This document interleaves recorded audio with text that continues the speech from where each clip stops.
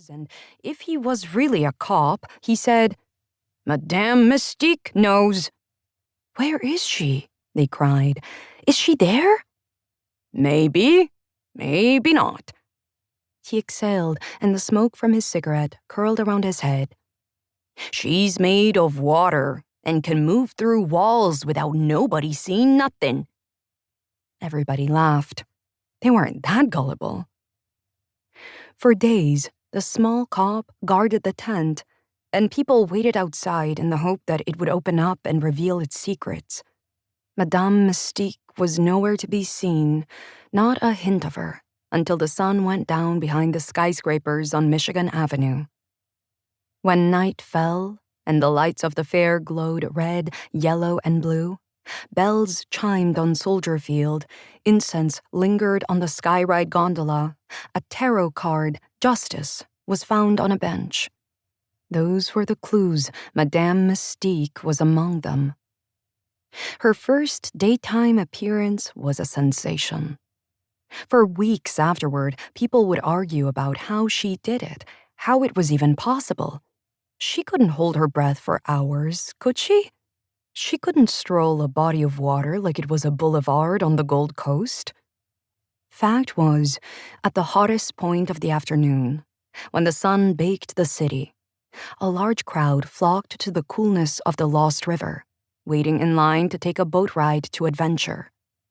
But suddenly, according to witnesses, the waters of the river began to ripple and then swirl in a widening circle. In the middle of the disturbance, she rose, the crown of her head glistening wet, transparent fabric on her dark hair. A golden headband encircled her veil. Beads of water trickled down her face, her high and noble cheekbones. As she rose, the crowd pressed in, amazed, gasping, pointing. And then a second collective gasp at the golden shimmer on her skin. Real gold? Paint? Could paint do that without dripping? The shimmer was on her neck, her shoulders, and beneath the wet gauze over her golden chest. Her bare stomach, gold. More gauze clinging to her golden thighs, she rose up from the river, just like that. She stood before the astonished crowd, her feet bare, bells ringing on her golden ankles. She opened her eyes and stared at the crowd, as amazed as they were. People who'd been there would later say she looked like a goddess from another world who had just woken up in hours. And then music spread over that mysterious part of the fair, harp, flute, and drum. The Golden Woman, those in the know already whispered, Madame Mystique, began to dance. Her arms curved as if she was taking down the sky. Her leg rose, swept the water at her feet, and the crowd cried out and jumped at the wave that sprayed over them. She spun slowly, a pirouette. Impossible, but there she was, dancing on the water, and hardly a scrap of cloth on her.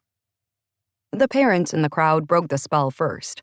They covered the eyes of their boys and turned their girls away from this lurid sight. The children squirmed and darted away for a better look at this wonder, a living golden statue with a human face, a golden brown face framed by the wet veil. Her gaze passed over the crowd warmly, a second sun. Then she strolled, on the water, to the sidewalk. At the edge of the crowd, she smiled the most joyful smile, as if she'd just come home from a long, long journey. And then she walked away in slow strides. The crowd wasn't about to be left behind. The people stampeded after her, close but not enough to touch her. Everyone agreed she seemed to float over the fairway. The searing heat of the pavement didn't seem to bother her bare feet at all.